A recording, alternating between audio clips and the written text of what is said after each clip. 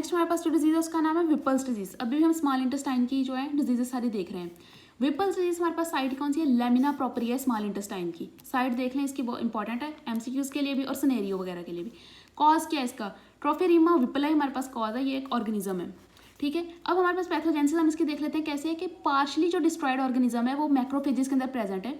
ये मैक्रोफेजेस हमारे पास लेक्टील जो है इसको कंप्रेस करेंगी, एज अ रिजल्ट जो काइलोमाइक्रोन्स होंगे वो ट्रांसफर नहीं होंगे इंटेरोसाइट से लिम्फोसाइट्स के अंदर।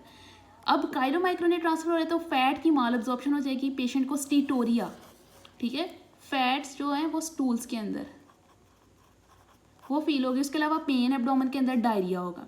क्या है कि ये वाला ऑर्गेनिज्म ट्राइफोरीमा विपुलाई जो है हमारे पास पार्शली डिस्ट्रॉयड ऑर्गेनिज्म मैक्रोफेज में होगा। मैक्रोफेज लिक्टील को कंप्रेस करेंगी, काइलोमाइक्रोन नहीं ट्रांसफर होंगे इंटेरोसाइट से लिम्फोसाइट्स के अंदर, फैट की माल एब्जॉर्प्शन होगी और ये सिम्टम्स हमारे पास आ गए। फर्दर भी इसके अंदर वेरियस एसोसिएटेड जो सिम्टम्स है वो आते हैं जो कि डिफरेंट दूसरे जो हमारे सिस्टम्स हैं उनके साथ एसोसिएटेड। फॉर एग्जांपल जैसे सीएनएस के अंदर हमारे पास कन्फ्यूजन देखने को मिलती है, हार्ट के अंदर एंडोकार्डाइटिस लाइक सिम्टम्स मिलती हैं, लेकिन कल्चर टेस्ट हमारे पास नेगेटिव आता है क्योंकि बहुत डिफिकल्ट है इस ऑर्गेनिज्म को ग्रो करवाना। उसके अलावा लिम्फोडिनोपैथी है, हाइपर पिगमेंटेशन स्किन के अंदर, ये दूसरे जो ऑर्गन्स हैं उसके साथ जो है एसोसिएटेड हमारे पास सिम्टम्स हैं। ठीक है, नेक्स्ट हम जो है इसके डायग्नोस के अंदर जो है पास्ट जो पॉजिटिव फॉर्मी मैक्रोफेजेस आती हैं, ट्रीटमेंट में हम जो है सेफ्ट्राइएक्सोन हम इसके ट्रीटमेंट के अंदर देते हैं। नेक्स्ट आ जाती है हमारे पास माल एब्जॉर्प्शन डिजीज। अब माल एब्जॉर्प्शन डिजीज में हमारे पास क्या है कि एक ऐसी डिजीज जिसमें हमारे पास माल एब्जॉर्प्शन हो रही है, वो बेशक कार्बोहाइड्रेट्स की हो, वो प्रोटीन की माल एब्जॉर्प्शन और फैट की माल एब्जॉर्प्शन। फिर हम इसके साइंस देख लेंगे और नेक्स्ट हम डायरिया के डिफरेंट टाइप्स देखेंगे। पहले हमें देख लेंगे कार्बोहाइड्रेट की माल एब्जॉर्प्शन। देखिए, अगर बॉडी के अंदर कार्बोहाइड्रेट एब्जॉर्ब नहीं हुए हैं तो क्या मतलब है कि बॉडी के अंदर नहीं एब्जॉर्ब हुए तो वो सारे जो है वो हमारे पास लार्ज इंटेस्टाइन के अंदर चलेंगे ताकि बॉडी के अंदर से वो एक्सक्रीट हो सके। अब इंटर हो गए हमारे पास लार्ज इंटेस्टाइन के अंदर, वहाँ पे अब हमारे पास सारे कार्ब्स वहाँ पर इंटर हो गए हैं तो ऑस्मोसिस हो जाएगी वाटर की भी ह्यूमन के अंदर। As a result osmotic diarrhoea होगा इसके अंदर। प्रोटीन की अगर हमारे पास माल एब्जॉर्प्शन होती है तो प्रोटीन की अगर हमारे एल्ब्यूमिन एब्जॉर्ब नहीं हो रही है तो एज अ रिजल्ट स्टूल वगैरह के ऊपर तो कोई इफेक्ट नहीं आएगा, कोई डायरिया वगैरह की कंडीशन नहीं होगी, लेकिन एडीमा, ठीक है, प्रोटीन हमारे पास बॉडी के अंदर कम है तो लीड्स टू एडीमा की कंडीशन होगी। फैट की माल एब्जॉर्प्शन है, फैट से इतना से नहीं एब्जॉर्ब हो रही, पहले भी हमने देखा है तो लीड्स टू स्टीटोरिया, जब और साथ में हमारे पास जो है वो पेल स्टूल्स होंगी क्योंकि बाइल नहीं है अंदर और वो ग्रीसी होंगी। साइन एंड सिम्टम्स हमारे पास इसके अंदर क्या होते हैं, एब्डोमिनल पेन है, नोजिया है, डायरिया है, ठीक है, वाइटामिन्स और वेरियस मिनरल्स की डेफिशिएंसी है क्योंकि हमारे पास एब्जॉर्प्शन माल एब्जॉर्प्शन हो रही है तो एब्जॉर्प्शन इन ठीक तरह से हो रही, और एज अ जब हमारे न्यूट्रिएंट्स से नहीं मिलेंगे तो वेट लॉस हो जाएगा।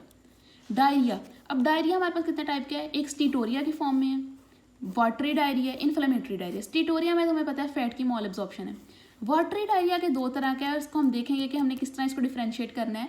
और एक इन्फ्लेमेटरी डायरिया है, जब भी इन्फ्लेमेटरी डायरिया होगा कोई इन्फेक्टिशियस जो हमारे पास ऑर्गेनिज्म है ना वो इसके साथ जरूर एसोसिएट होगा, कोई भी बैक्टीरिया, ठीक है, कोई पैरासाइट, कोई वायरस वगैरह, जैसे हमें डिफरेंट हमने माइक्रो में पढ़े हैं।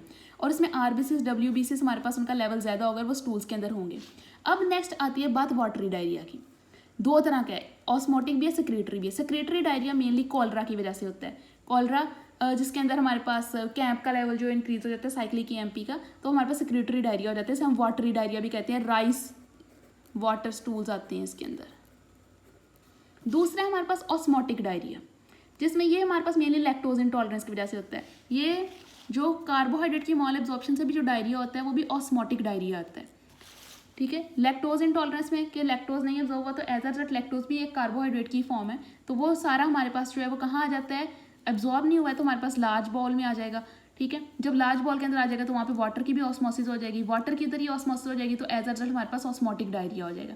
अब एक क्राइटेरिया है डिफ्रेंशिएट करना है हमने ऑस्मोटिक डायरिया और सेक्रेटरी डायरिया के दरमियान।